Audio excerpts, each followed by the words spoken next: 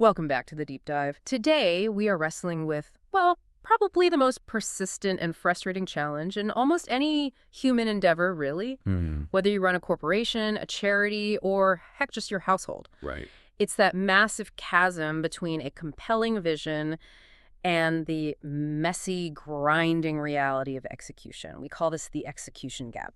It really is the place where brilliant ideas just fizzle out. I mean, every leader, every team has felt this pain. You have the perfect plan, right? The Yeah. aspiring goal, the killer strategy. It's all mapped out beautifully on a whiteboard somewhere. Looks great on paper. Exactly. But then, when it comes time to actually implement the thing, to build the system, the follow-through just falters. Mm-hmm. And that great idea, it fails. Not because the vision was weak, but because the discipline, the actual doing of execution, was poor. So our deep dive today is focused squarely on how to close that gap. We're drawing lessons from a very specific and frankly historically impactful model, that of Prophet Muhammad. Right. Now, for our listener who might be new to this specific source material, when we referenced Prophet Muhammad and use that abbreviation Tay, we're talking about a leader who didn't just offer, say, an ethical or spiritual vision. No, far from it. He meticulously transformed that vision into sustainable, actionable systems. These systems fundamentally change the landscape of the 7th century world and, arguably beyond. The abbreviation, just for clarity, means peace and blessings of God be upon him. And this is really a deep dive into implementation excellence. We're talking about the highest structural level here. Okay. We've sort of distilled the core lessons from the sources into what we think is a kind of blueprint for success. Our mission today, really, is to try and answer 3 essential questions. Okay, what are they? First, why does vision ultimately just collapse without disciplined execution? Seems obvious, but let's unpack it. Right. Second, how was excellence actually ensured across really complex historical missions, treaties, strategies? What were the mechanisms? The practicalities. Exactly. And third, and maybe this is the most relevant for us listening today, what specific systems and lessons can modern leaders, businesses, communities, what can we apply? Especially now as we're delegating more and more complexity in, well, the AI era. We're looking for the infrastructure then. Yeah. The scaffolding that turns inspiration into long-term resilience. Let's get to work. Okay, let's unpack this crucial first step. Our sources really emphasize that execution excellence has to begin with rigorous preparation and planning. Absolutely foundational. The system fundamentally rejects improvisation as a reliable strategy. Now, that's a powerful statement because, in our culture, we often romanticize the leader who pivots quickly or shoots from the hip. Yeah, the maverick. Right.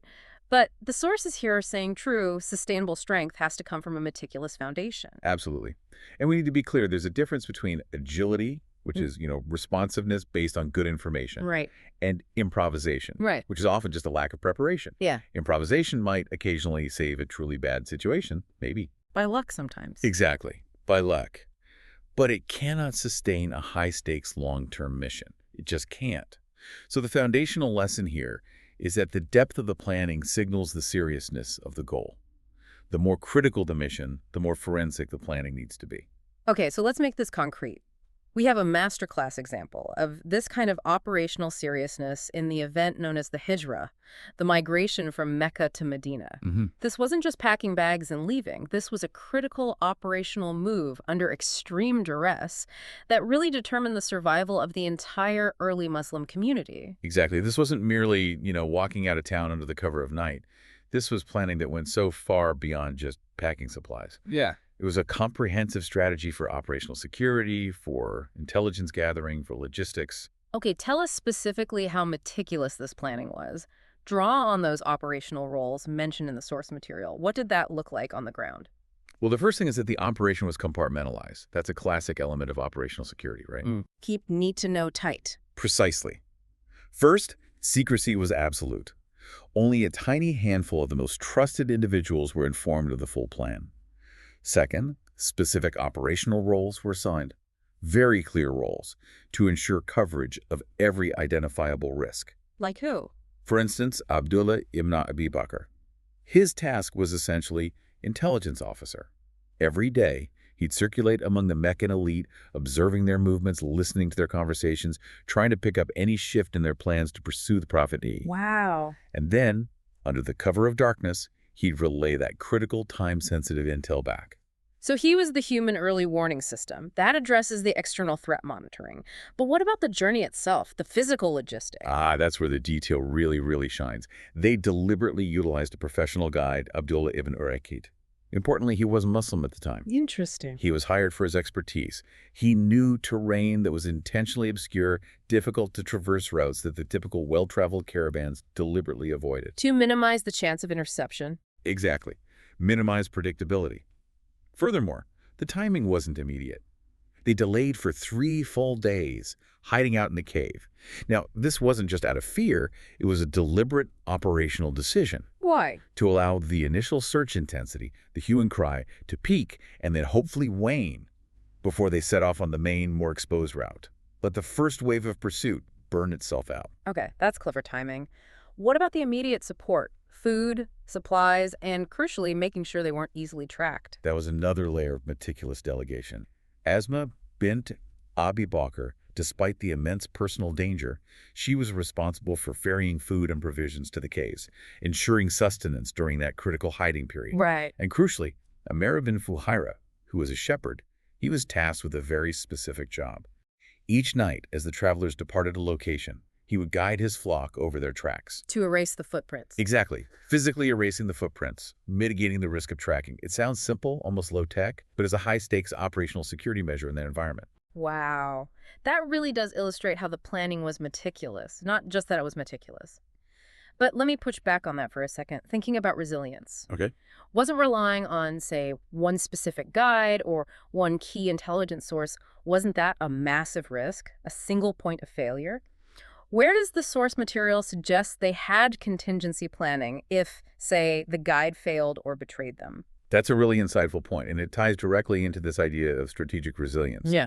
The contingency wasn't necessarily a documented plan B in the way we think of it now, but it was built into the initial selection criteria and the structure of the journey itself. How so? Well, the guide, Abdullah ibn Urayqit, he was paid generously and contracted before the danger reached its absolute peak. That created a strong incentive structure based on professionalism and reward, not just ideology. More importantly, the strategy involved using multiple sequential safe houses or hiding spots and the sheer obscurity of the chosen route. It meant that even if the primary guide betrayed them or was captured, the search party would have an immense, almost impossible task finding them across that vast, unknown landscape. So the plan included layers of misdirection and cover. Exactly. Minimizing that single point of failure risk. It wasn't just about the ideal path. It was about building in redundancy and complexity to deter pursuit. Okay, so meticulous logistics, operational security, those are the first pillars. Now let's shift the planning scope a bit. From logistics to strategy in a really high-pressure tactical context, the Battle of Badr. Right. Our sources cite this as a key example of a consultation-driven strategy, not just top-down command. That's right. Before Badr, consultation, or shura in Arabic, was absolutely critical. And it demonstrated the leader's openness to counsel, even when it came to defining specific battle tactics. Strategic positioning was key, especially control of the water source in that desert environment. Water is life there. Absolutely critical. Yeah. Now, the initial positioning of the camp was set by the prophet himself. But one of the companions, Hubab ibn al-Mundhir, who had military experience, he questioned it. He challenged the leader's plan. He asked a very direct, very important question. He asked, is this position a revelation from God, something we cannot change?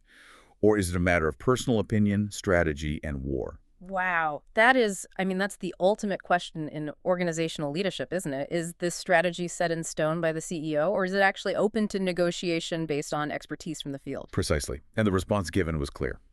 It was strategy, not revelation. It was open to discussion. Okay. Hubab then offered a clear rationale. He suggested repositioning the troops closer to the primary water source. This would achieve 2 things: ensure their own control of the water supply, and crucially deny it to the approaching enemy force. Tactical advantage. Huge tactical advantage. And the leader accepted this critical advice immediately and ordered the repositioning. Now, this moment isn't just about moving the camp a few hundred yards. It's about institutionalizing a principle. Which is? That high-stakes strategy must be strengthened by diverse input. It needs to be tested against the expertise of those who are closest to the execution, those with relevant experience. So if we apply this to a modern context, say designing a new AI system or maybe restructuring a global company. Yeah. This consultation-driven strategy means you don't just plan in the executive suite in isolation. You actively go out and gather input from developers, from frontline managers, from end users, whoever has that ground-level insight. And that input isn't seen as undermining the plan. It validates it. Or more often, it strengthens the final approach rather than diluting it. You don't just plan. You test the plan against diverse viewpoints before you commit to executing it. And this connects directly into the AI era discussion you mentioned earlier. Absolutely. If Bajor teaches us to consult diverse perspectives to strengthen a tactical plan on the battlefield, how does modern AI planning mirror this? We see it, I think, in the essential need for things like red teaming large language models. Explain red teaming quickly. It's basically stress testing. The initial plan the models design is rarely perfect. So you need diverse teams, often specifically tasked with finding flaws, biases, vulnerabilities, the unseen routes we talked about earlier that the initial designers might have missed. So the unseen routes in AI aren't physical paths through the desert. They're things like algorithmic bias, potential for data poisoning, or ethical blind spots baked into the system. Exactly right. So true resilience, whether in 7th century Arabia or 21st century tech, is achieved through this combination. Strategic planning plus rigorous contingency preparation, which must be based on tested feedback. If you don't incorporate that consultative feedback loop right at the planning stage, the initial vision, no matter how brilliant or inspiring it seems, it simply cannot endure the harsh realities of implementation once it goes live. You have to plan not just for success, but for the inherent flaws that people closest to the ground or, in the AI world, closest to the code will inevitably identify. Okay, so planning gets you off the ground, it gets you started right, but sustained momentum. That's what keeps the execution phase alive over the long haul. That's the challenge. We now need to shift our focus. We move from the grand plan, the big launch, to the daily, the weekly, the sustainable efforts that actually maintain that momentum over time. Because too often, organizations are, frankly, brilliant at the big, high-intensity launch, Kicked off event, yeah. but terrible at the mundane weekly follow-up, the grind. And that shift from explosive intensity to steady consistency, that's precisely where most projects, most initiatives actually fail. Excellence isn't defined by that one brilliant strategic document you wrote 6 months ago. No matter how good it was. Right. It's defined by what you do consistently, today, tomorrow, the day after. The model we're looking at emphasized perseverance, this kind of steadfastness in both worship and work. It focused on actions that were steady, sustainable, repeatable. And this emphasis is underpinned by, well, one of the most powerful guiding principles in the source material. It's a hadith, a saying of the prophet here, which states, "The most beloved deeds to Allah are those that are consistent, even if small." That principle is, when you think about it, profoundly subversive to a lot of modern business thinking. How so? Because modern thinking often prizes massive scale, rapid growth, high visibility output, the big splash. This principle says the consistency, not necessarily intensity or dramatic scale, is the true engine of enduring success and implementation excellence. Small, steady actions add up. I can definitely relate to this personally. I mean, I've often started projects with huge ambition. Like, I'm going to overhaul my entire workflow in one single weekend. Right, the heroic effort. Exactly. And inevitably, I'm burnt out by Tuesday and nothing's really changed long term. But the sustainable habits, like dedicating just, say, 30 minutes every single morning to strategic email management or whatever it is, that builds momentum without completely exhausting my resources. And that's the direct organizational application. For a business, the implication is crystal clear. Excellence is the product of small, high-quality, consistent actions sustained over time. If you can only manage a massive, heroic effort once, it's a blip. It's just a temporary spike on the graph, usually followed by a valley, often deeper than before because everyone's exhausted. But sustainable habits, the 15-minute daily operational review meeting that actually happens every day, the consistent weekly code check-in, the routine preventative maintenance schedule that's adhered to, those consistently outperform the massive, high-intensity, one-time pushes. They are the scaffolding, really, that holds the vision up over months and years. So consistency, then, is essentially implementation made habitual. It's baked into the routine. Right. And this leads us directly, I think, to the next critical component for maintaining momentum. Credibility, because consistency in your internal actions has to be matched by consistency in how you adhere to rules and agreements externally. Precisely. You can have the most consistent internal processes in the world, but if your external adherence to your promises, to your agreements, is erratic or unreliable, The whole system fails. because trust just collapses. And this brings us to a fascinating and frankly challenging case study on building long-term trust, even when it comes at the cost of intense short-term political heat. The Treaty of Hudaybiyah. Okay, let's set the scene for the listener briefly. This treaty was a peace agreement negotiated between two radically unequal parties at that specific moment in time, the small, relatively weak Muslim community in Medina and the powerful Meccan Quraysh. Unequal is putting it mildly. And many of the terms, on the surface, were viewed as outright insulting, even humiliating to the nascent Muslim community. They were perceived as extremely unfavorable, yes. The clauses mandated things like an immediate ceasefire for 10 years, which sounds okay, but it's strategically frustrated some expansion plans. But the most painful clause, the real sticking point for many, What was it? was the requirement that any Meccan individual who converted to Islam and migrated to Medina had to be returned to Mecca upon request, handed back over. Wow. Crucially, the reverse was not true. If someone defected from Medina to Mecca, they were not required to be returned. It was a one-way street. Okay, I can immediately see the problem. The internal pressure on the leadership must have been immense. The sources detail extreme emotional reactions, political dissent, particularly from very prominent figures like Umar ibn al-Khattab, who openly, vehemently questioned the decision.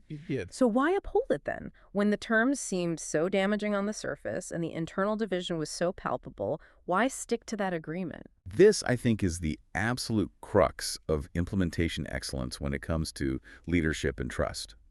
The commitment, the unwavering commitment to upholding the agreed-upon terms despite the painful nature, despite the severe short-term political damage it caused, internally demonstrated an unshakable adherence to the principle of honoring agreements. Pacta sunt servanda. Agreements must be kept. So the leader was prioritizing long-term reputation for reliability and peace over short-term political convenience or even popular opinion within his own ranks. So the immediate perception of weakness, ceding ground, returning recent converts back to their persecutors, that was seen as temporary pain for long-term strategic gain. The reputation for systemic reliability, for keeping your word even when it hurts, that became a permanent strategic asset, and it paid huge dividends later on. How? Well, that 10-year period of guaranteed peace, though incredibly frustrating initially for some, it actually opened up routes for diplomacy, for preaching, for the free movement of ideas and people between Mecca and Medina. It allowed the community to grow exponentially in numbers and influence peacefully. Okay. And the very act of adherence, of sticking to that difficult treaty, established a baseline of credibility. It showed that this leader, this community, kept its word. That allowed for future, more favorable negotiations and alliances down the road built on that foundation of trust. That is such a critical principle for modern leadership. Doesn't matter if you're managing a global supply chain, a small tech startup, or a nonprofit. If your word changes based on what's convenient this week, Your credibility is zero. Exactly. In a business context, honoring agreements, whether that's a non-disclosure agreement, a complex contract with a supplier, or even just an internal company policy on employee data privacy, that's the bedrock of trust. It's what enables long-term successful execution. Without it, things fall apart. And we absolutely must connect this historical example to contemporary requirements, especially as we keep mentioning in the sphere of AI and data governance. Right. We are entering an era where so much technology, so much interaction is fundamentally built on trust, implicit or explicit trust. If an AI company promises, either explicitly in its terms of service or implicitly through its marketing, Yeah. that user data will only be used for purposes X, Y, and Z. That promise functions as a kind of treaty with its user base. Okay, I see the parallel. So if, because of maybe short-term commercial pressure or a lucrative new application emerges, Exactly. and they start blurring those lines, using data in ways they implicitly or explicitly promised they wouldn't? They instantly shatter the trust required to keep that technology viable and accepted long-term. That failure to consistently implement the terms of the user contract, that's the modern equivalent of breaking the Treaty of Hudaybiyah. It might offer a short-term win, but it destroys long-term credibility. So consistent implementation of ethical guidelines, privacy standards, data use policies, It's not just a nice-to-have compliance checklist item anymore. No, it's absolutely fundamental. It's the foundation of accountability and continued viability, frankly, in the 21st century.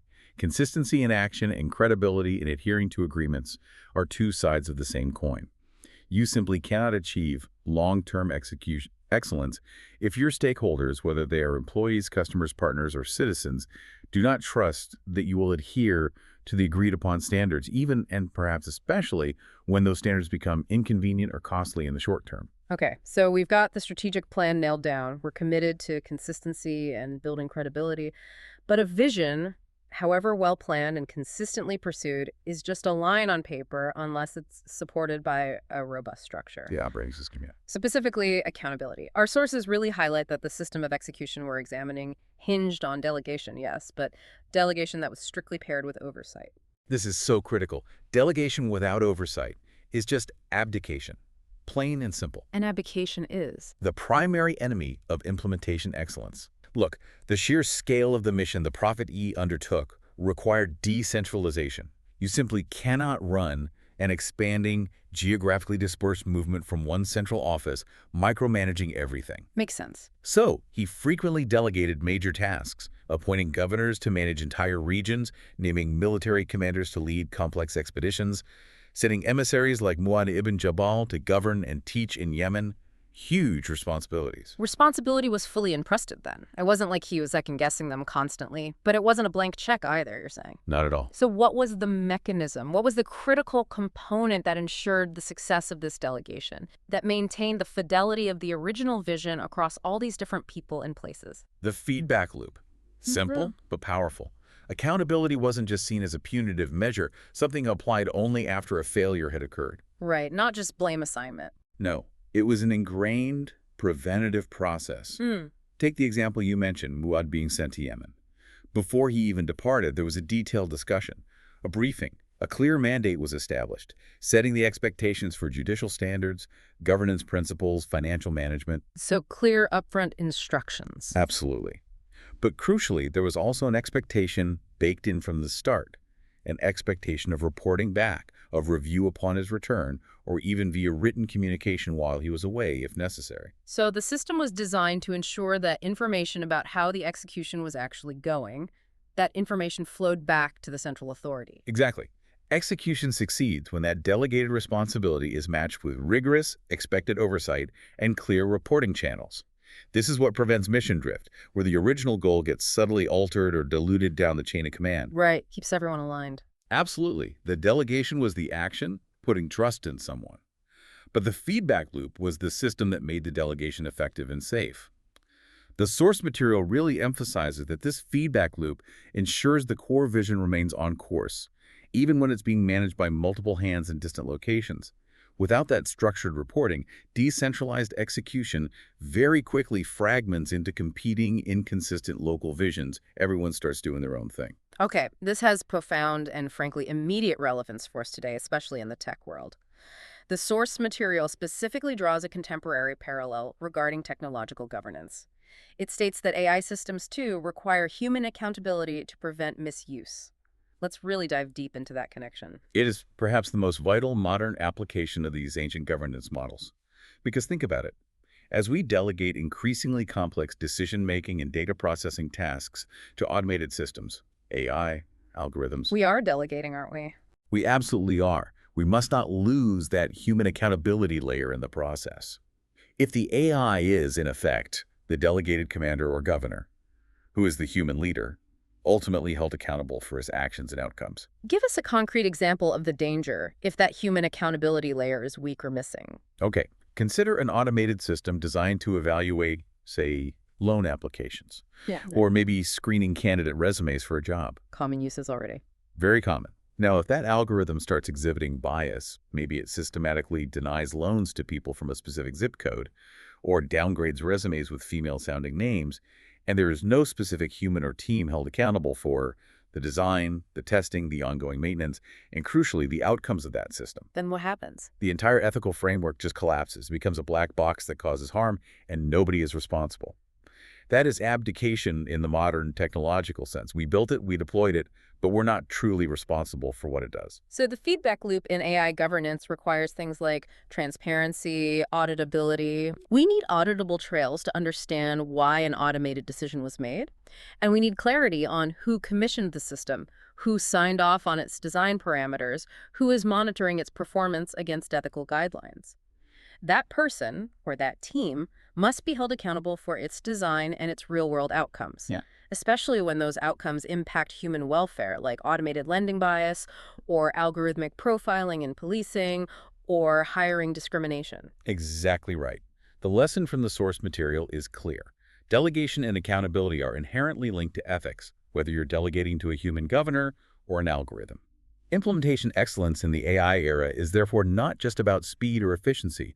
It's critically about maintaining human control and oversight over the delegated process to ensure it consistently adheres to the original ethical and equitable plan. Because if that feedback loop is weak or non-existent, The system inevitably drifts into misuse or unintended harmful consequences, regardless of the designer's original, perhaps benign intent.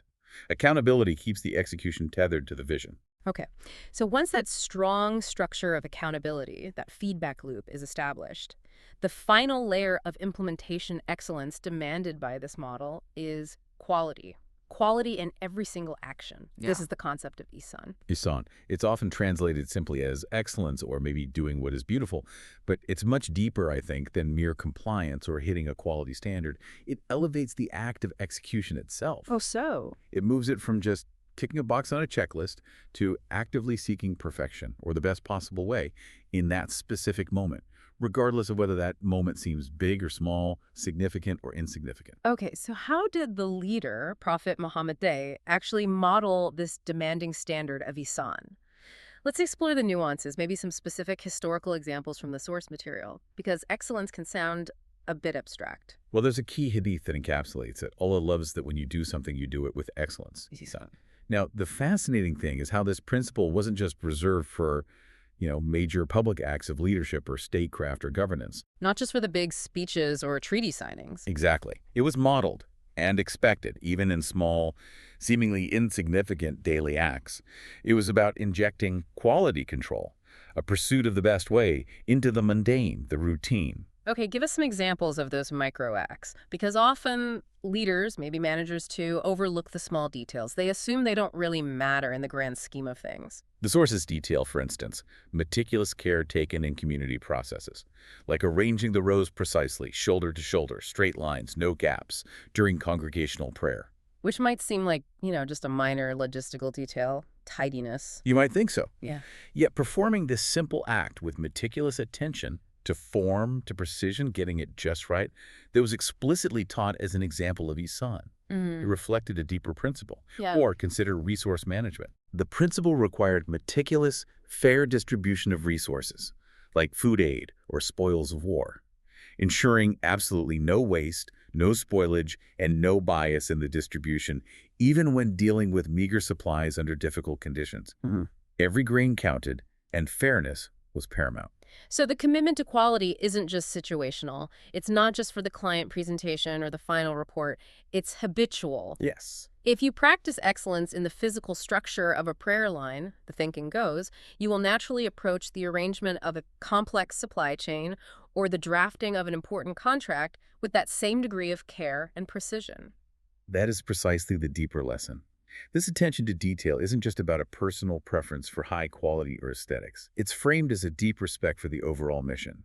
If you truly respect the mission, whether it's building a just community, launching a successful product, running an ethical company, then you respect every tiny, seemingly inconsequential step required to fulfill that mission. And conversely, A slobby process, cutting corners on the small stuff. It implies you disrespect the final goal. It undermines the integrity of the whole enterprise. and this demands, then, that modern leaders must insist on quality and excellence in every step of a process, not just measuring success based on the final outcome, the bottom line, the number of units shipped. Right. Because if a leader only focuses on the end metrics, the final sale figures, the project completed on time, no matter how corners were cut, but ignores the shoddy, inconsistent, or unethical internal steps taken to get there. that success is fragile. It's fragile, unsustainable, and often built on a rotten foundation. Isan, this deep-seated commitment to excellence in the process itself ensure the entire system is structurally sound, from the very foundation right up to the roof beam. It demands what we might call integrity in the process, not just integrity of the outcome. Beautifully put. It's the fundamental difference between doing something right, because you might get caught or criticized if you don't, and doing it right because it is inherently the best way, the most respectful way, to honor the task, the team, the resources, and the ultimate objective. It's about striving for that higher standard intrinsically. Wow. This has been a truly deep dive. We've gone from operational security planning in the 7th century desert all the way to algorithmic accountability in the 21st century. Let's try and synthesize these crucial insights back for the listener. Summarize this blueprint for excellent execution. Okay. The foundational takeaway, I think, remains starkly simple, but its implications are just vast. Vision, no matter how brilliant, collapses without disciplined execution. Inspiration is relatively cheap, actually. It's the rigorous infrastructure of systems, consistency, and accountability. That's what differentiates lasting success from ambitious failure. And we learned that this excellence is achieved through a powerful trilogy of elements. First, meticulous planning, really resisting that temptation to just wing it or improvise on critical missions. Absolutely. Second, unwavering consistency, focusing on those small, sustainable habits that build enduring momentum over time, rather than just heroic one-off efforts. The power of the small, consistent deed. Yes. And third, a robust structure of accountability, where delegation, which is necessary, is always paired with meaningful oversight and a strong, mandatory feedback loop. No abdication. And critically, woven through all of that, is credibility. This is sustained by honoring your word, even when it's difficult remembering the Treaty of Hudaybiyah, and by attending to the details, embodying that spirit of Ihsan, excellence in every action. Right, because if you compromise on your word, or you compromise on the quality of even a small, mundane task, you erode your future ability to lead complex systems and inspire trust. It all connects. And the sources, as we discussed, drive home a final, really powerful modern takeaway that anchors this entire deep dive. In our current age of exponential information, complex technology, global interconnectedness, execution paired with strong ethics is the ultimate differentiator for success. That's the key insight for now, isn't it? I think so. When everyone has access to similar technology, similar data, similar markets, how you implement your vision, and whether you do so ethically, consistently, accountably, and with that deep integrity of Ihsan, that's what separates the enduring leaders and organizations from the flash-in-the-pan failures. So we really encourage you, the listener, to take these operational insights, these system principles, and try to apply them directly. Starting this week, let's finish with some structured prompts for reflection and maybe action. Good idea. Okay, first, audit a recent project, either personal or professional, that maybe didn't go quite as planned. Where did things go wrong? Did the initial vision actually translate into disciplined execution, or did it falter somewhere in the middle? Try to be forensic about where the system broke down. Was it the initial planning? Was it a lack of consistency? Was it a failure in accountability or feedback? Second, identify one specific area in your life or work. Maybe it's a daily operational review that keeps getting skipped, a specific recurring task at work, or a key weekly commitment you make to yourself or others where you can deliberately increase consistency. Make it a sustainable habit, no matter how small the action feels initially. Remember that hadith. The beloved deeds are those that are consistent, even if small. And finally, a practical application of Ihsan. Identify 3 small acts where you can deliberately apply excellence today or tomorrow. Maybe it's preparing a document or email that is flawlessly clear, concise, and maybe even aesthetically pleasing. Perhaps it's organizing a messy digital file folder meticulously. Or maybe it's resolving a small conflict or disagreement with complete attention to fairness and understanding for all parties.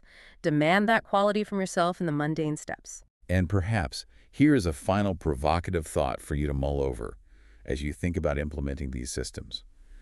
We spent some time discussing the absolute imperative of establishing a robust, effective feedback loop for accountability, especially in professional teams and in technological governance, like with AI. Right, the oversight piece. Exactly.